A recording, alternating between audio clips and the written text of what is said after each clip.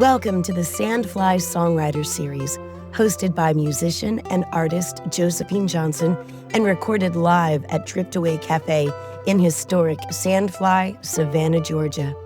Each episode features live local music, honest conversations, and the stories behind the songs.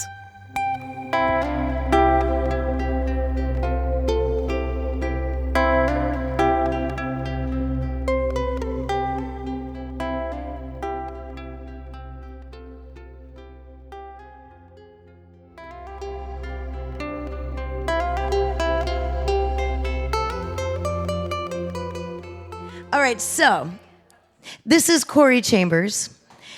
Yes. And maybe you are familiar with him from his work with the City Hotel, also Swamp Tooth, and a little known fact, in 2023, he produced his own album of his original stuff. It's called More Songs, ! It's great. It's a 7-song EP. It's lovely. I've got questions to ask you about that, but I won't right now.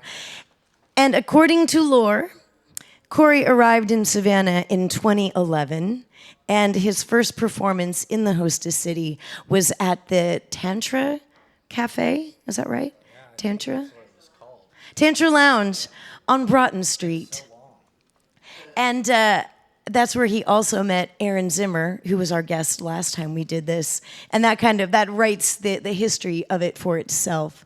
So, with that information, I should also say, Corey is also an multi-instrumentalist. As you can see, he's got a guitar, he's got a mandolin, and I think somewhere up here he also has a harmonica. Did I hear that too? All of it, yes. Hopefully. Yes, we are. So as we wait to get, who all has gotten their drinks already? Okay, you've gotten a drink.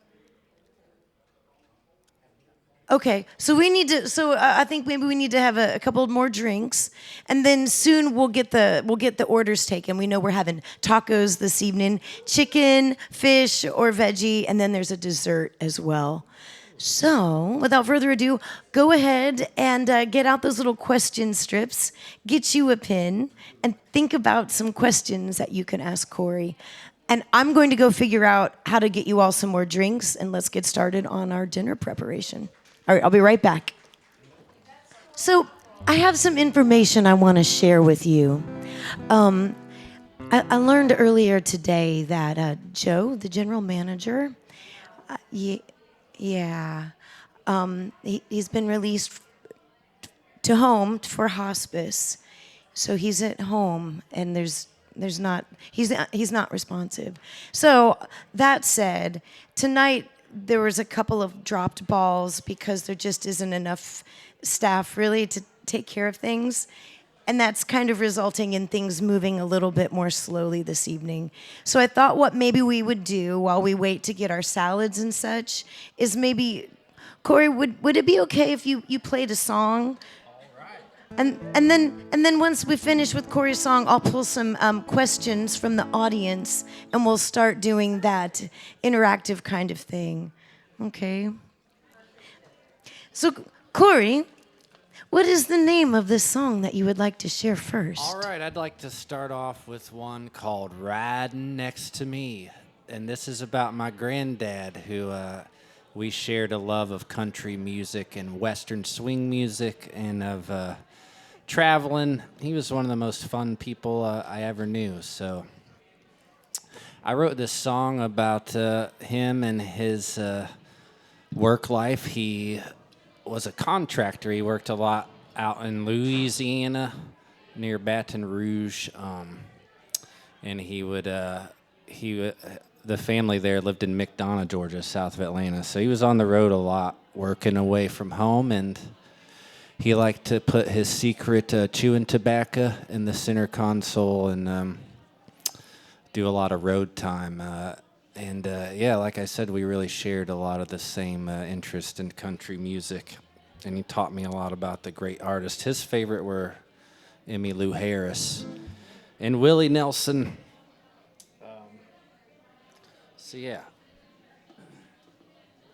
riding next to me. I think I'm going to do 2 songs about grandpas tonight. This would be the paternal grandfather.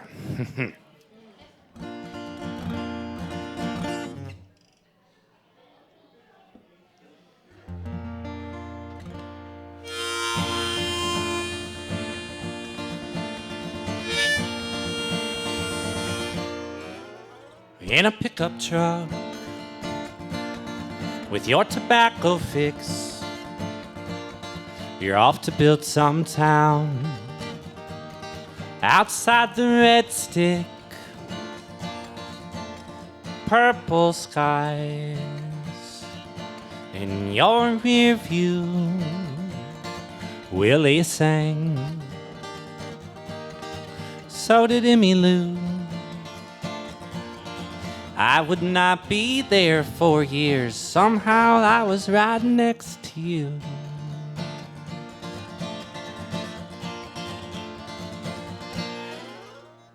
It's 3 a.m. I'm leaving a college town. Me and my friends, we made some ancient sounds. And when we got up and started to sing, people stood there, not listening. Well, you'd been gone for years, but still you were riding next to me. Uh-huh.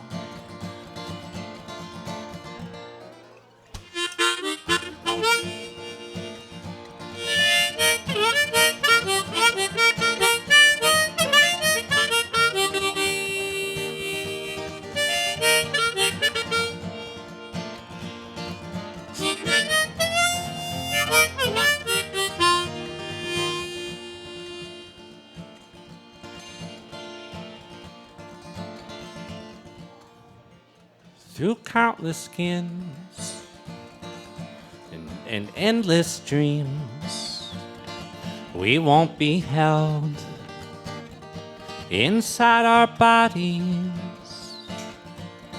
So maybe next time on this common path, you'll pick in bluegrass bands and I'll be your granddad. You'll always be riding next to me. You'll always be riding next to me. Woo.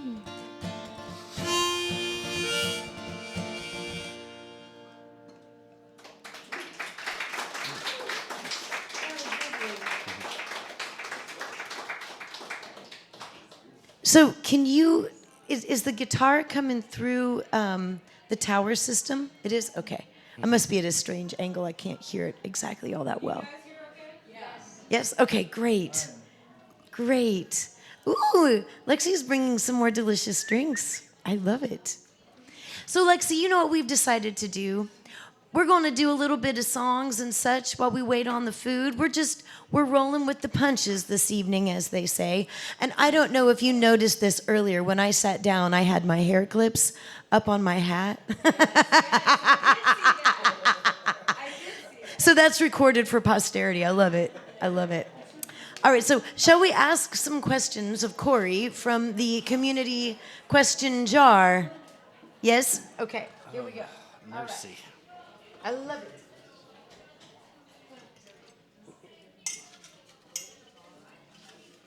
Okay, I'm fishing around, making sure I get them on. Scared.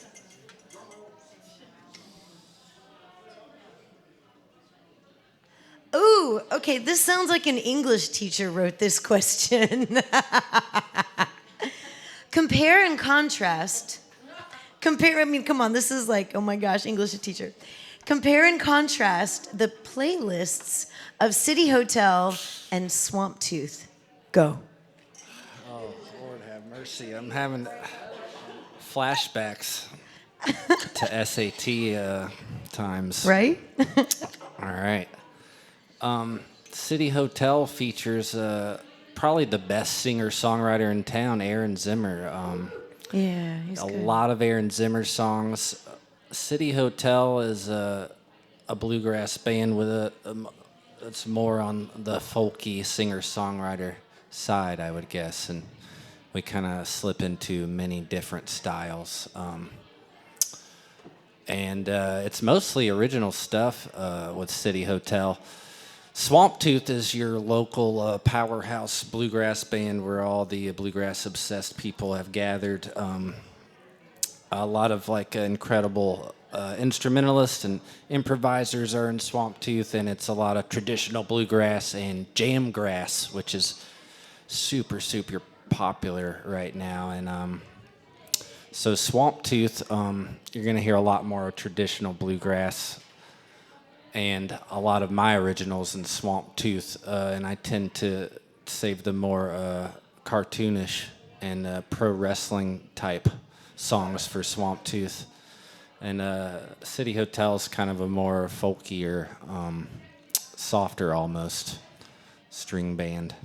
But they're both, it's kind of cool, two bluegrass bands with like very different styles and audiences even, which is really neat. Nice. That was a good question. Whose question was that?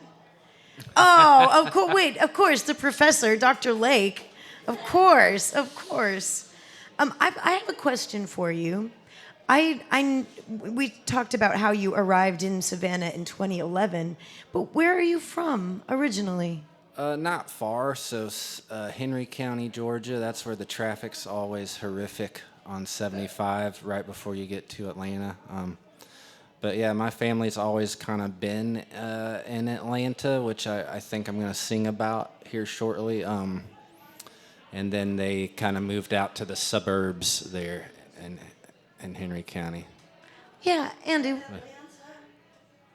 Atlanta, yeah. All right. I was absolutely, yeah. So Stockbridge, McDonough area, OTP for sure. That's outside the perimeter. And yeah. But oh yeah. But like a lot of people, the grandparents started ITP, and then, they moved it OTP. But yeah, not far, just from Atlanta area. Okay. Yeah. Okay. Everybody's still up there. They moved to Dunwoody, so it takes longer now to go see them. Wow. That's on the Definitely. north side of the perimeter. Yes, yes. I grew up on the south side of the perimeter. Yeah, close enough, for sure. Should we do another question from the audience? Yeah, why not? I like this. That was. I feel like we need to have a 5-paragraph essay question with a well-developed thesis statement. Zoe, are you doing 5-paragraph essays in school now? Sort of. Okay, cool. All right, here's the next one. Oh, how old were you when you started in music? Well, my first concert was Ray Stevens when I was a little kid, which a lot of my songs, it's not so surprising that was my first show. I think the influence stuck. But so I was always obsessed with it, with going to shows and listening. And my older brother, had guitars in the house, and I would learn little melodies with tab, but I don't even remember doing that much.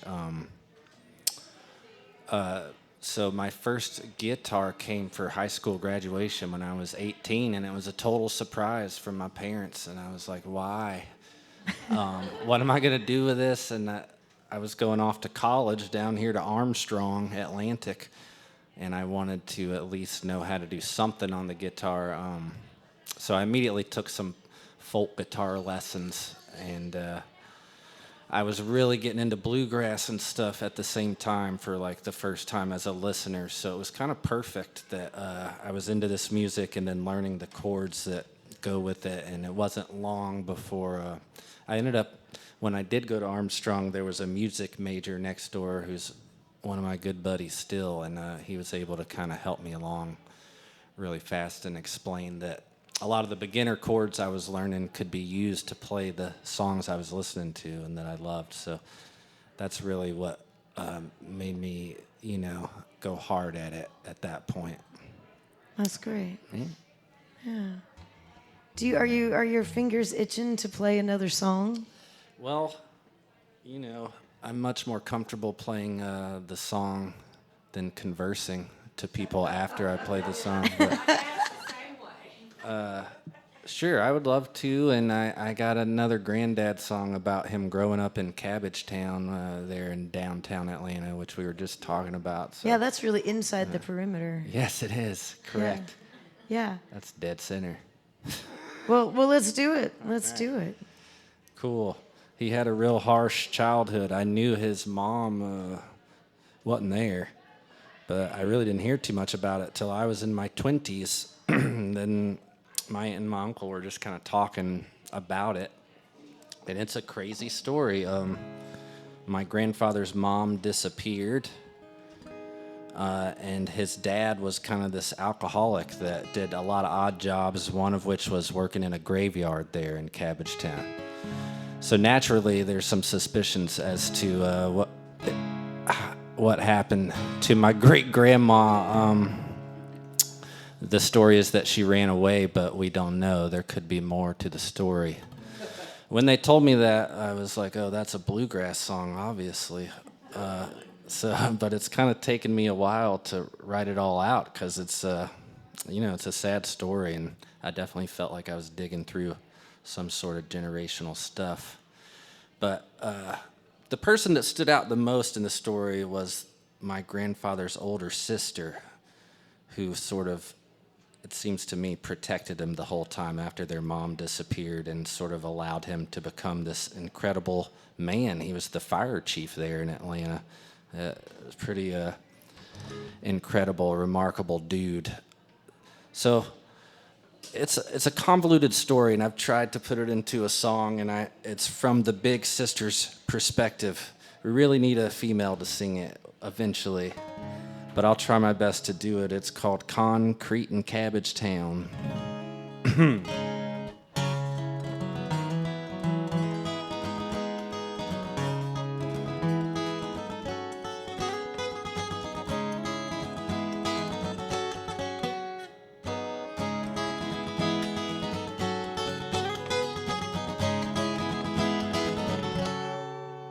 Toward the end of the day, the sky orange and gray, my barefoot little brother's close to crying.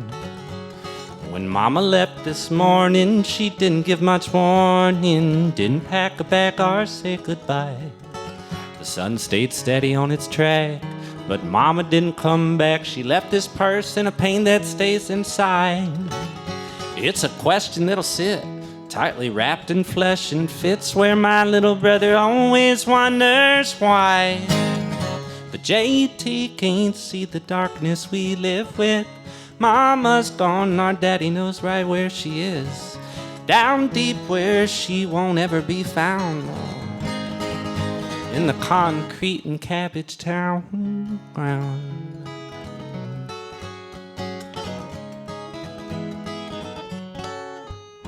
They called him James Thomas, and his birth meant a promise to protect him any way that I could.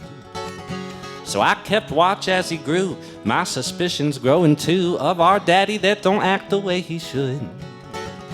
'Cause he's drinking every day, and he's working in them graves, and he leaves me to play a mother's part. I ain't much older than the rest, but still I do my best to make life out of all these broken hearts. 'Cause JT can't see the darkness we live with. Mama's gone and daddy knows right where she is, down deep where she won't ever be found, in the concrete in Cabbagetown ground.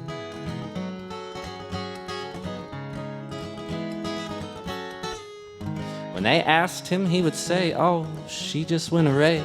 Stood up one day and out the door she ran. JT always believed And every day he grieved, but he still grew to a hero of a man. And he's twice what was his father. He raised his baby daughters, and he'll pull you from a busting, burning flame. He became the fire chief. He pulls life out of death's teeth. This whole county knows and loves his name. Oh.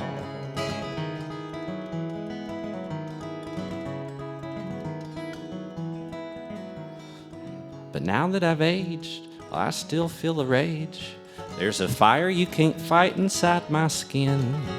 We hardly had a mama, daddy just kept keeping on, and now my little brother lets him live with him.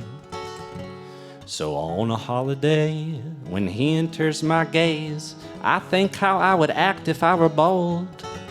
My name is Eva Neal, and if I had the heart I'd kill, I'd end my daddy in all this pain we hold. But JT can't see the darkness he lives with.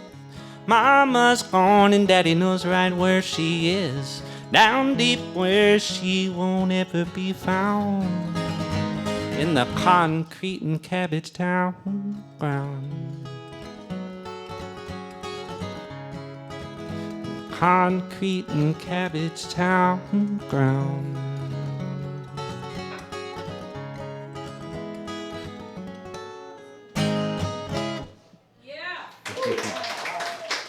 Corey, I have a question. What do you think? I mean, do you think that your great-grandfather possibly murdered his wife? Yeah, I think so. Really? Yeah. Do you have any other perspective of what she was like based on, like maybe your great aunt? She's been gone. No, that's a great question. No, I haven't got my. He was 7 when it happened, so I don't. He doesn't have any, much memories of her. But yeah, they would ask him about like what he knew, and he really couldn't remember much about her. But did you? I mean, obviously, you must have known his sister, which would have been your great aunt. No, she was. She left right before. I'm the youngest of the family, so I just missed her. Yeah, Aunt Eva. Yeah, I heard a lot of people talk about her, and she was a character that was kind of funny. She married a preacher, and she would cuss, and they would be like, "You can't do that. You're married to a preacher," and she'd say, "He wasn't a preacher when I married him." Wow. Yeah, that's Aunt Eva. Wow, I got goosebumps when I was thinking about that story. Can you give us kind of like a frame of reference in terms of like when that story would have played out, like early 20th century? Yeah.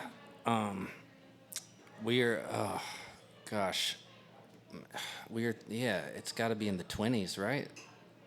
20s, 30s, Depression era. I'm going to go 1930s. Oh, wow. Yeah, if I can do some math, I can tell you exactly. But you're mathing. Yeah. I mean, when I wrote it, I was thinking him being a little kid in the 30s and them being poor from the Depression times, which was true. They had a rough time of it. Yeah. Well done. Is there a recording of that? No, that's kind of a brand new one. No recording yet. Yet? Yeah. This will be a recording. So well, why don't we do maybe one more audience question, and by the time we do that, then everybody will have salads, and we can let y'all eat. Does that sound good? All right. Here we go. Here we go. We fish around. Okay. Ooh, well, this is kind of like right on topic. What family influences do you have in your music? So I'm curious, did you intend this as like, are you musical? Is your family musical, or? So my granddad, the one I wrote the sweet song about, the first one, he sang in the church choir and had this beautiful, like, kind of bluegrassy voice. But no one really played an instrument. I was told he played guitar before he had my dad, and his friend borrowed the guitar and didn't ever bring it back, was the story I always heard. So it's always just kind of been around, and huge music fans, all of us, but no one really did an instrument until I kind of have become obsessed with acoustic instruments and roots music. It's a good obsession to have. Yeah. Yeah. I'm curious, of all the places to go to school, why was it that you chose to come to Armstrong? Like, why not SCAD? Oh. I'm curious. Well, it's not such an original answer, but I read the book in high school, Midnight in the Garden of Good and Evil, and my family would vacation down here, and I just loved it. I've always loved it down here, and I was real eager to get out of the house, too. That was like, I couldn't wait, and so it seemed like kind of a faraway place that was close enough. And honestly, they had just built these brand new like apartment-style dorms. Yeah. So they were kind of trying to get people to come, and so that was kind of nice. We got these 4-bedroom apartments. Amenities. Yes. What was your major? I really didn't have a major. I finished up there in Atlanta with an English degree. Something lucrative like English. Yeah. Yes. I still struggle to contrast and compare things, but I do have an English degree. Clayton State, UCLA is the University of Clayton in Lower Atlanta. Clayton State. I think when people ask you that, I think you should just say, I graduated from UCLA, Yeah, and did absolutely. just offer no further explanation. Well, shoot, I see folks are still not with their salads. I did it. Let's do another one. Let's All do another right. tune. Sweet. What do you feel like playing next? Let's get into some weird Swamp Tooth songs. Oh, okay. I'm curious, before you start that, when you're working with Swamp Tooth, are you working like on your own to develop the songs? Or are you like bringing ideas to the group and then you guys are fleshing them out? Well, we've been doing it so long. At this point, I tend to have ideas fully fleshed out before I bring them. Just because we've been a band for a while, and before Swamp Tooth City Hotel, there's been, it's been over a decade of bringing songs to a group and trying to get them to play it, and through that process, it's kind of like I kind of get ideas of what would be cool arrangements. So generally speaking, now I come to it like fully arranged. I bring it to the team. And Jay Rudd, who's also in Swamp Tooth, he'll bring some fully arranged songs as well. So you and Jay are like the main songwriters. Yeah, Jay writes songs as well. Yep, and Swamp Tooth has 2 albums out. We just came out with our second one earlier this year. And this next one I'm going to play is on that album. Awesome. Well, what's the title of it? I'm going to do Blue Beam. All right. Oh, I like this one. Yeah. There was a guy named Serge Monast who claimed to be a government insider whistleblower. He wrote a book in the 80s about Project Bluebeam, which is supposedly when the government does a fake alien invasion, basically, to frighten us all into submission. And then once they do that, they're going to do a holographic deity in the sky to unify us again. This is the Bluebeam, Project Bluebeam conspiracy theory. The reason why I've been hearing about it a lot is because it sounds a lot like what's on the news right now. Right. Yeah. I think I'm going to like you even more than I liked you before. Right at this particular moment. Sounds like a lot of the orbs and UFO sightings. Many people think these are distraction techniques and a part of Project Bluebeam as opposed to any real alien life coming to visit. But I don't know. I thought it was interesting enough to write a song about it, and I'll play it for you right now. It's Blue Beam.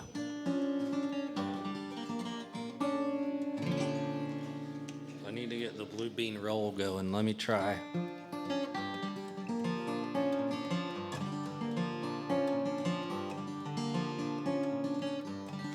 First from up high, a common enemy. They're unidentified. They're flying strange machines, and then Jesus in the sky. For the eyes in the west, hear the screams, blue beam.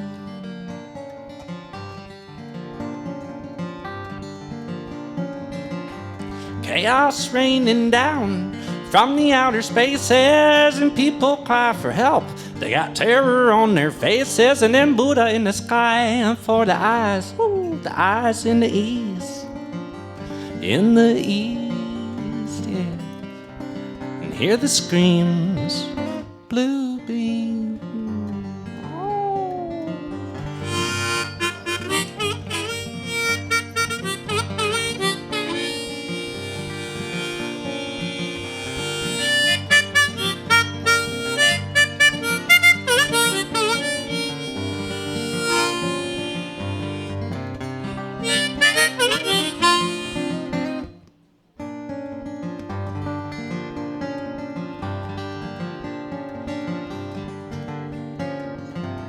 Cold, calculated, and come into your town to make the human panic and begin to run around until a holy hologram it offers peace through authority.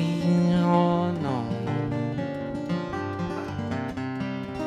And hear the screams, blue beam, blue beam.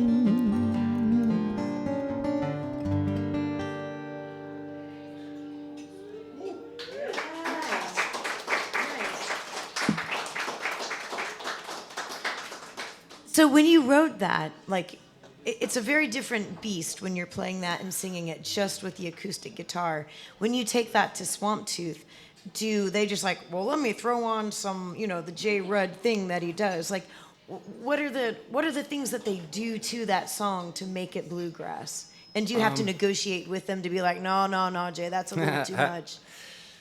There's I tend to write songs. This one's kind of bluegrassy in nature, so that not a lot had to change for it to be Swamp Tooth ready. But I tend to write like kind of funky, groovy songs, and then turn them into bluegrass, which I like doing that. It's a good formula, I think.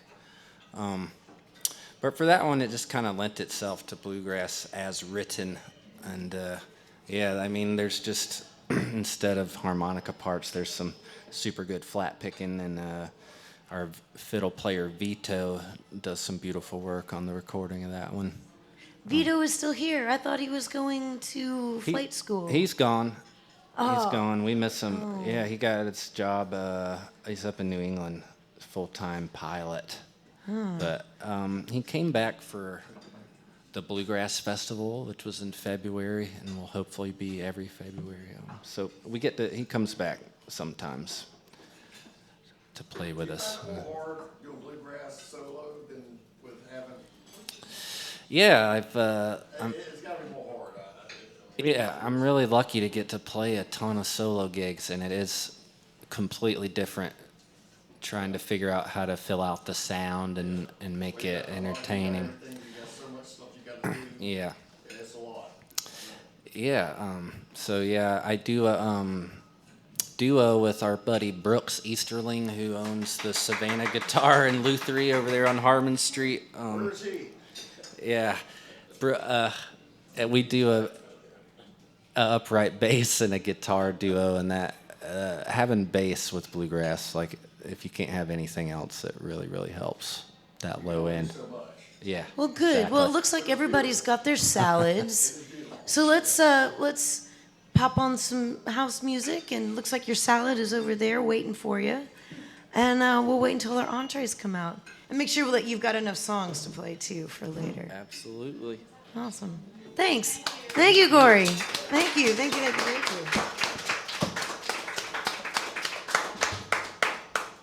So how is dinner? How is everybody's tacos?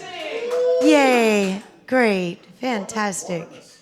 Oh, fantastic.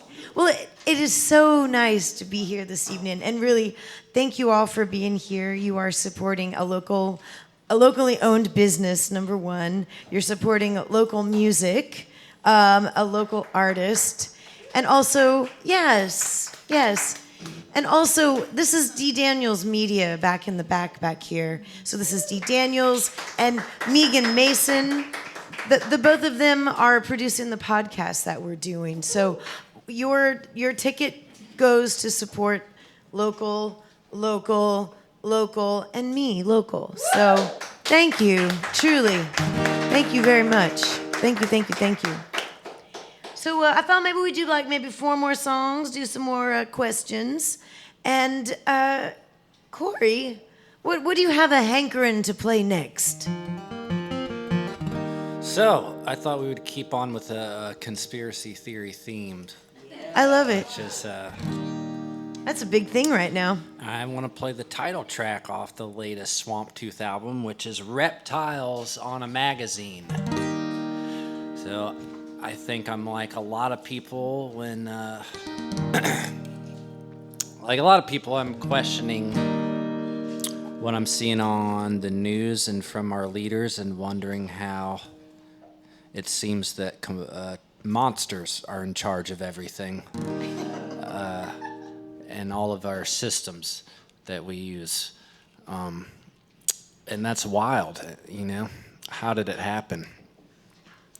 So I started looking into it, and, there's a decent chance that a race of reptilians has enslaved the human beings. I've read about that. Yeah. And it could be why everything's so hellish. Algae and is s- very popular. Yeah, so hard out there. Box cutter. And it all, I suppose it could also be my bad habits that are affecting, things that I don't like to see. So this song questions, why is there so much negative out there? Is it something outside of me or inside of me? At any rate,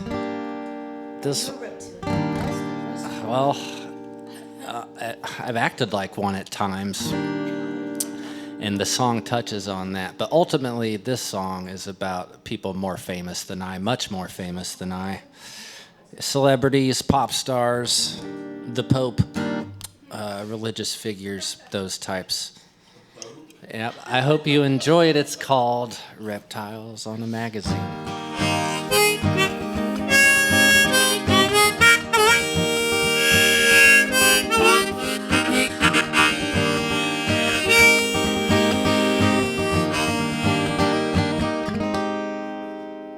Reptiles control everyone.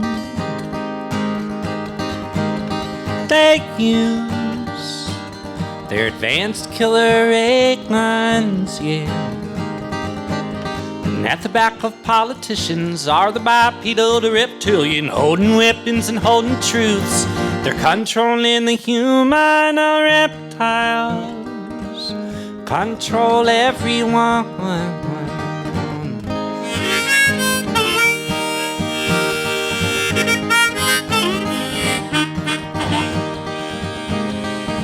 There's a reptile that's inside of me. It's so easy to see. When I'm drinking and my speaking becomes slurred and opposite of everything that I want to be on, then I hate myself when there's a reptile inside of me.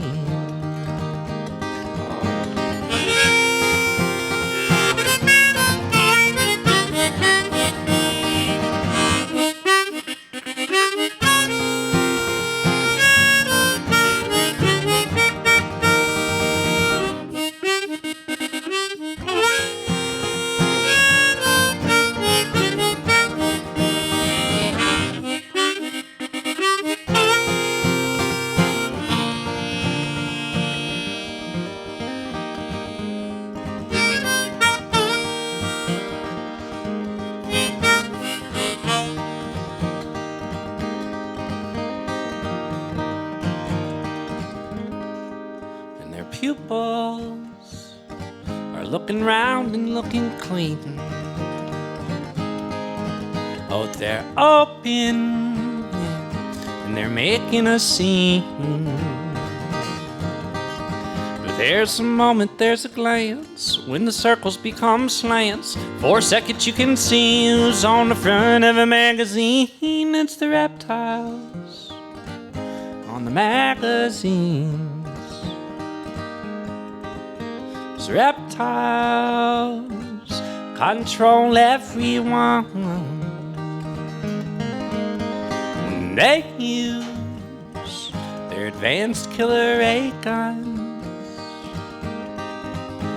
At the back of religion, it's the bipedal reptilian, holding weapons, holding truths, controlling a human. Reptiles control everyone, control everyone.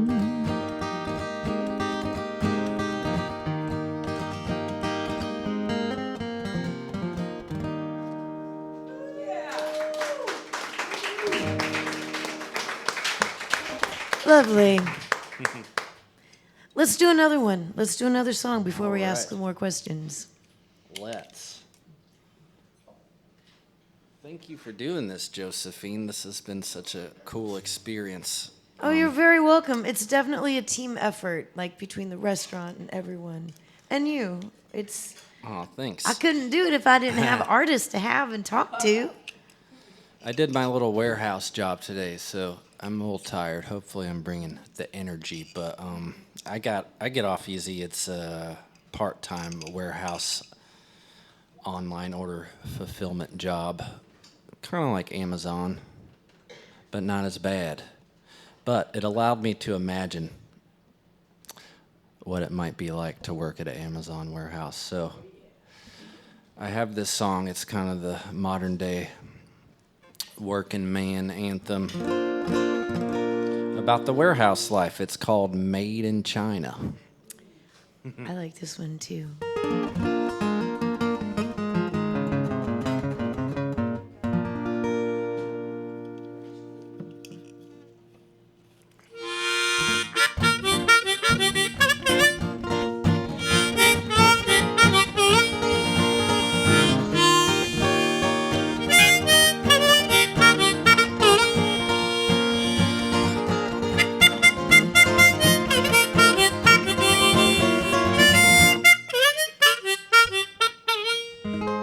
Shipping out these products made in China.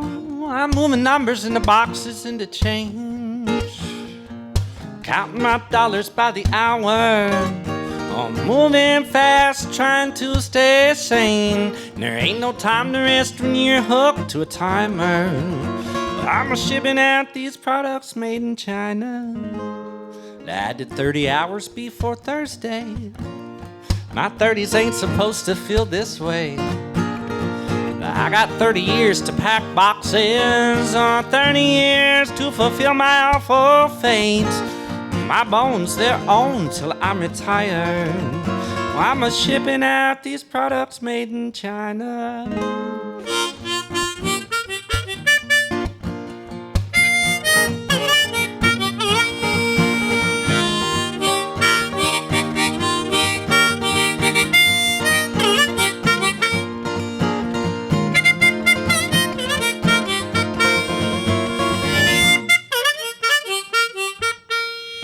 Sometimes I pee in a plastic bottle so they can get their stuff the same day.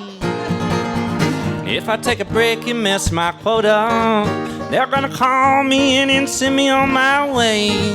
I might not meet it with the speed of a jetliner. I'm shipping out these products made in China. Shipping out these products made in China.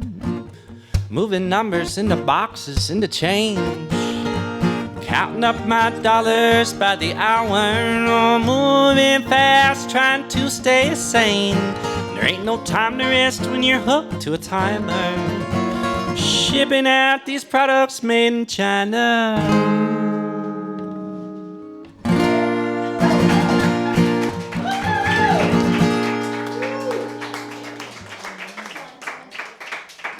Corey, can you share with everyone a little bit more about the nature of the job that you do?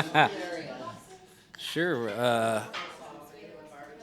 The company I work for sells automated cat litter boxes. So, So is this like the thing that I see on TikTok, like where it's like a big old cylinder, it's like a circle, and it's got like the thing that comes through and scoops out the kitty litter? I believe that would be our main competitor. Oh, Okay, so but so are these things made in China or are they made locally? they are most definitely made in China.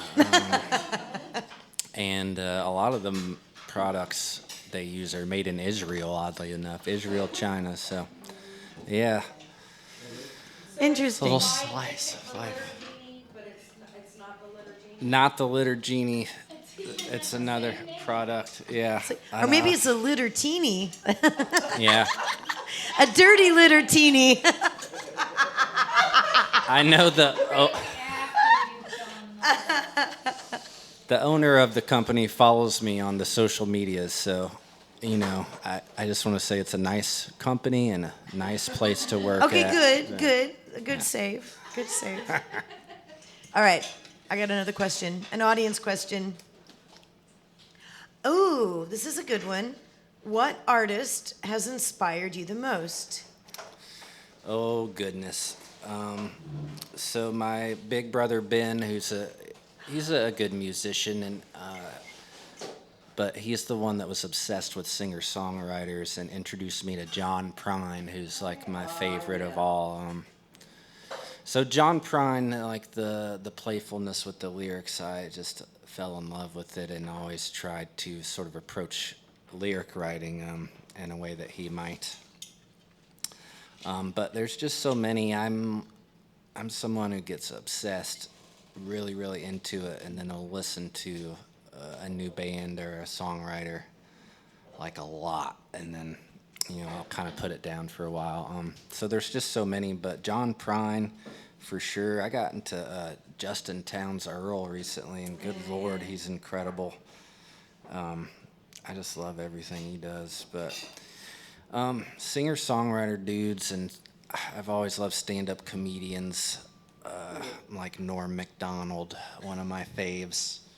But anyone, can get up there by themselves and make people smile. It's just like magic to me. So that's who I find the most inspiring. That's great. That's great. Yeah.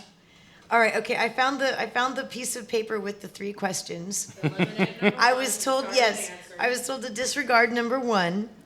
Okay. Number 2. What song are you most proud of that you have written?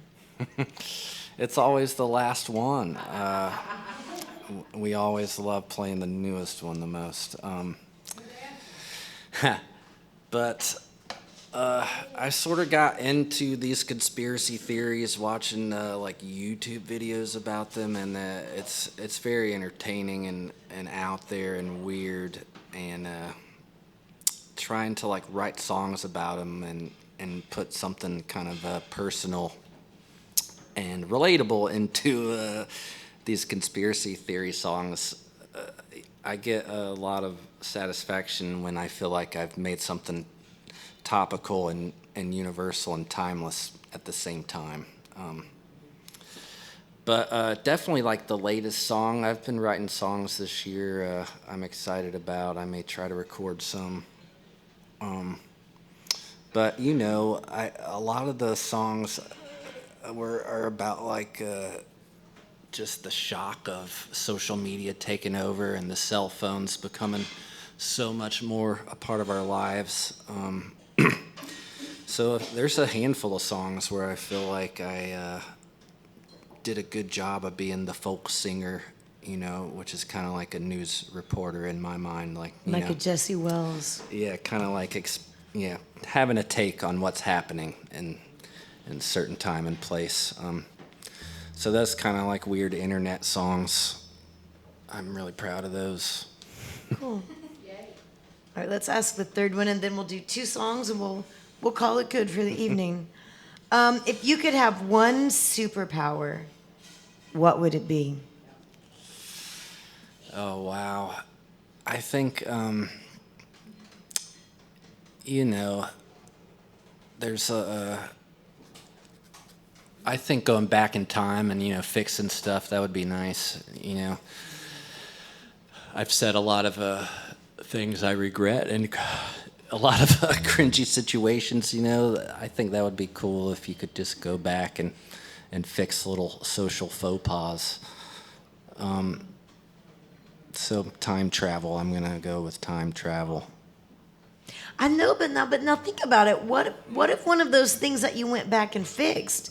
What if the repercussions of that were such that, I don't know, like some horrible atrocity happened because you went back and fixed it? Maybe everything that happened in the past. The butterfly effect, that's a great point. Yeah. That's what we learned from Back to the Future is Right? you have to be very careful in these situations. Yeah. I would feel better, and that's what's most important, but I think that's a nice thought. We should. There's a lot to be grateful for where I am and how I got here. So, you're right, Josephine. Aw, I don't know about that. Well, what do you want to play next? Well, gosh, maybe I can try.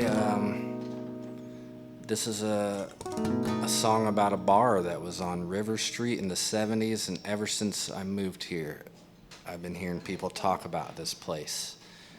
And I think some of the Rolling Stones came through. The Red Hot Chili Peppers played there. The Swimming Pool Cues, lots of famous people came through there. It was called the Night Flight Cafe. Yeah. So, yeah, seriously, like you'd hear people reminiscing about it a lot. So I tried to write a song thinking about what it must have been like to get to go there and hang out at this cool live music venue on River Street.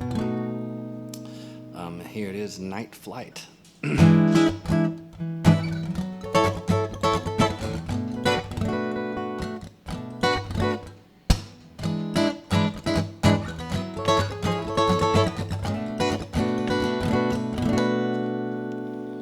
Southern town will bring you down, there's spirits hanging all around if you let yourself out of view.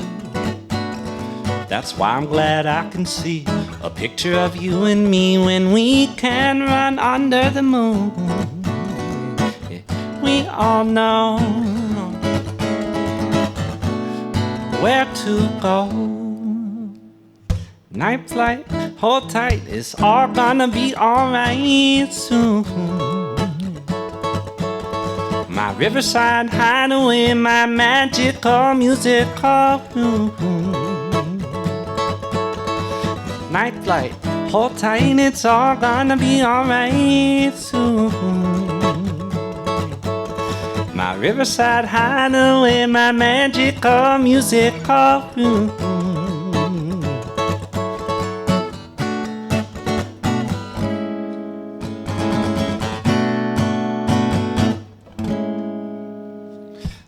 Cues light up the room, maniacs and peppers to a rolling stone skips up through the sand. My lady's sitting next to me and we never know who we will see, listening and holding hands. We all know where to go. Night flight, hold tight, it's all gonna be alright soon. My riverside hideaway, my magical musical room. Night flight, hold tight, it's all gonna be alright soon. My riverside hideaway, my magical musical room.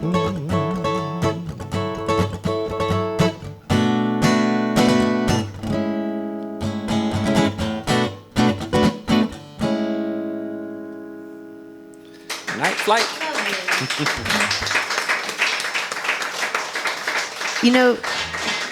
Corey, I was thinking about that question about if I had a superpower. That's a good question, Jamie. Thank you. I would, if I had a superpower, I would, people that did bad stuff, I would get a lasso of truth, but it would actually be my lasso of menstrual cramps. And I would give my menstrual cramps to people, and then they would see. Yeah? Let me show you. Wait till you get to menopause. Oh, geez. Does it get worse? Yeah. I don't want to know about that. No. Oh, I can't. I'm telling you, it can't get worse. There's nothing worse than waking up in the middle of the night, sweating profusely when you have your air conditioner set on 62 degrees. And you can't figure it out. And you gotta foot out, you gotta foot in, you're sweating. Where do you Yeah. lasso that? Okay, I'm gonna Yeah. lasso that and cramps. It may sound weird, but I have a song about period cramps. Wait, do you really? Just kidding. No, Just kidding, obviously. Really? No, you should I play don't that know one. how things took this turn. That was a joke. That was a joke. Oh no, I think you should make one. Maybe women did bad things, and that's how you become a woman. It's the Josephine system. Oh, you were doing It's your so system. well. Maybe your system is what's taking place. I don't know. We liked you so much before you said that. Corey, what do you, Little uterine prison. Corey, what do you want to close everything out with? What do you want to take us out with? Oh, how about a new song I wrote when I was walking around the Laurel Grove Cemetery right there by the highway? I saw a really cool stone with a cool name on it, and a song just kind of came out of me, and I like singing it. Woo. I am a human being, and I was, in fact. I came from a female. This is true. What was the name that was on the headstone that you liked? That was Cupid Blue. Cupid Blue. And before we get out of here, thank you, Josephine, for putting this thing on. This is only the second one. And as you explained, it's a little bit skeleton staff, but this has been great. Such a cool little vibe, and I think this would be very popular if we're lucky enough for it to keep happening, and we'll definitely get the word out. Josephine does so much cool stuff. She does a little travel blog with the paper. There's a cool article out now about visiting Macon and some historical music spots that she's written. So y'all should check that out too, in addition to the podcast. But the last song, I think? Yeah. Well, it's brand new, Cupid Blue. I don't know what it means. I'll play it for you, though. Thanks for being so kind, y'all.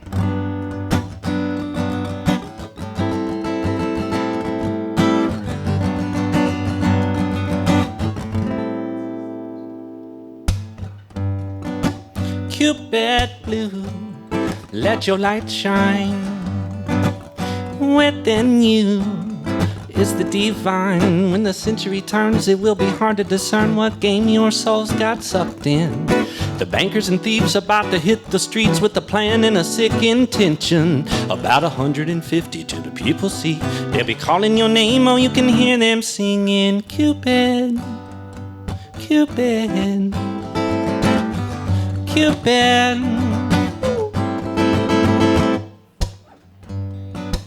Native hands on the creek side, dripping blood from a hellfire. But the darkness that turns when the century turns feels like a new invention. Now words can't leave a princess and chief, they're sick with the premonition. About 150 to the people see. They'll be calling your name, oh, you can hear them singing, oh, Cupid, oh, Cupid, Cupid.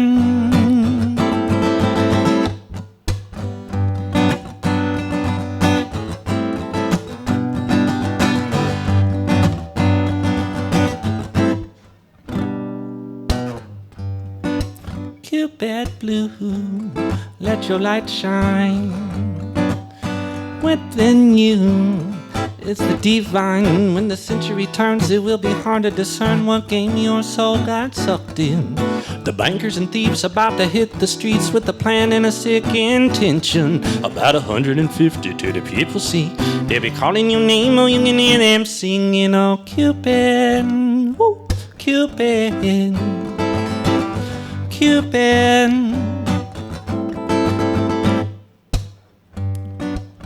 Cupid Blue, let your light shine. Within you is the divine.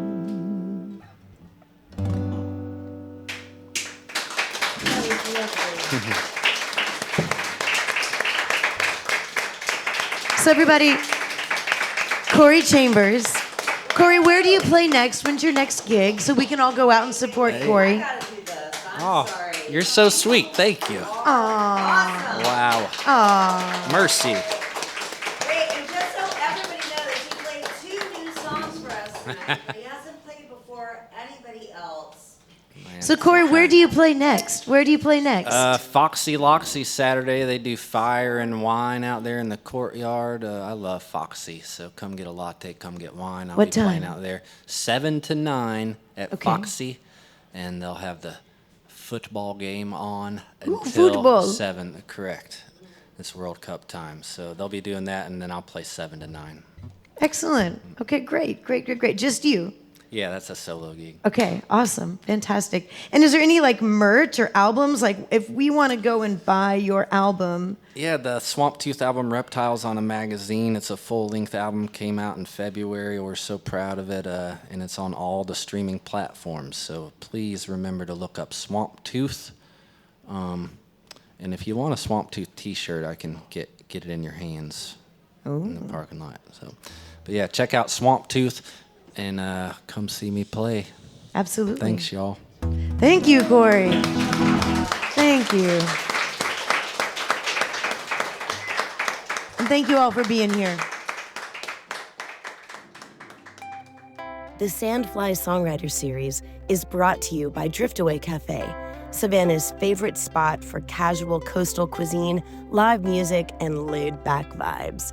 Whether you're stopping in for fresh seafood, weekend brunch, or a night out on the patio with friends, Driftaway Cafe is the perfect place to unwind. Visit Driftaway Cafe at 7400 Skidaway Road in Savannah or online at driftawaycafe.com. Thanks for listening to the Sandfly Songwriter Series. Tap the links in the show notes to connect with Josephine Johnson and our featured singer-songwriters. And if you're in town, check the schedule and grab tickets to join us for an upcoming live recording at Driftaway Cafe, located at 7400 Skidaway Road in beautiful Savannah, Georgia.